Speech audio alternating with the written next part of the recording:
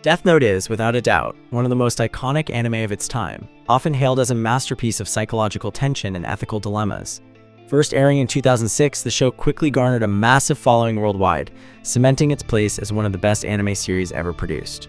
But here's the interesting part. While it's easy to look back at Death Note as a timeless classic, there are compelling reasons why it's often seen as a genius of its time, and not necessarily in the current landscape of anime in 2025.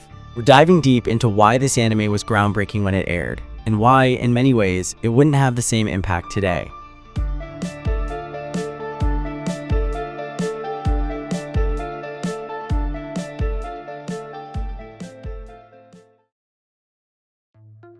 Death Note follows Light Yagami, a brilliant but disillusioned high school student who stumbles upon a supernatural notebook, the Death Note. This notebook has the ability to kill anyone whose name is written in it, provided the writer knows the person's face. After Light starts using the Death Note to rid the world of criminals and reshape society in his image, he attracts the attention of an eccentric but brilliant detective known only as L. What follows is a high-stakes battle of wits between Light and L, a contest of strategy, philosophy, and moral ambiguity. In essence, Death Note presents a world where an individual has the power to play God. The plot doesn't just revolve around killing people, it dives deep into questions of justice, morality, and power.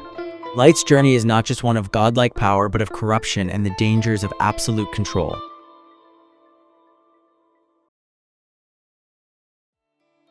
The brilliance of Death Note can be traced back to its strong writing and direction.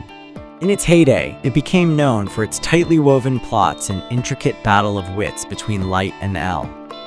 Each episode was a new level in this intellectual game, with multiple layers of tension, intrigue, and surprise. The show didn't just rely on flashy action scenes. It thrived on its slow, methodical build-up, making every decision, every move by the characters feel consequential. The pacing was deliberate, with tension mounting between Light's increasingly dangerous choices and L's obsession with catching him. The storytelling structure was unique for its time, with episodes focusing not just on the actions of Light, but also on his philosophical evolution. The deep dive into Light's psyche, as well as the cat-and-mouse chase between him and L, was compelling on both an intellectual and emotional level.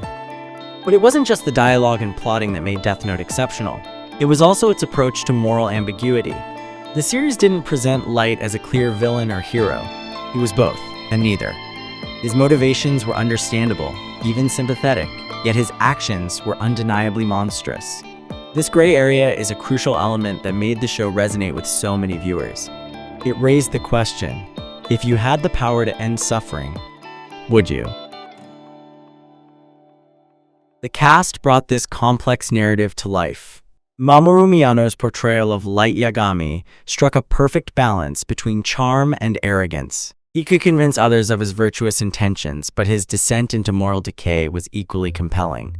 On the other hand, Kappei Yamaguchi's L was quirky yet intelligent, creating an intriguing contrast to Light's calm and methodical nature. The interactions between the two characters were electric. L's unpredictable behavior and his genuine pursuit of justice clashed with Light's calculated moves and increasing ruthlessness. Their rivalry was not just a contest of intellect, but a deeper ideological battle. Visually, Death Note had a distinct style, with its muted colors, sharp contrasts, and bold character designs. The art style was intentionally minimalist, allowing for moments of pure tension to unfold through silent exchanges or subtle visual cues. This restraint worked well in building an atmosphere that complemented the story's intellectual nature. The dark, almost claustrophobic environments mirrored the internal struggles the characters faced, especially Light as his actions began to haunt him. The use of shadows and light, or the lack thereof, further emphasized the moral ambiguity of the series. Every visual choice served the narrative, whether it was the stark contrast between Light and L, or the foreboding presence of the Death Note itself.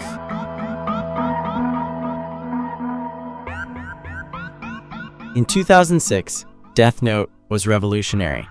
It combined elements of psychological thrillers with a supernatural premise, and wrapped it in a deeply philosophical narrative that was rare for anime at the time. The show was a cultural touchstone for its complex characters, intellectual chess game, and the moral questions it posed. It captured the imagination of audiences who were hungry for something more than typical action-packed anime. It was an anime that challenged viewers to think, to question, and to debate. The impact of Death Note transcended the anime community, breaking into mainstream pop culture. It was a show that became synonymous with thinking man's anime, and it earned a reputation that many modern anime series struggle to live up to. Now, in 2025, the landscape of anime has shifted. While Death Note remains a fan favorite, it's no longer the same kind of revelation it was nearly 2 decades ago. There are a few key reasons for this. 1.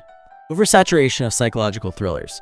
Since the release of Death Note, there's been an influx of psychological thrillers and mind-bending narratives in anime. Shows like Steins, Gate, Paranoia Agent, and The Promised Neverland have expanded the genre, sometimes improving on the formula.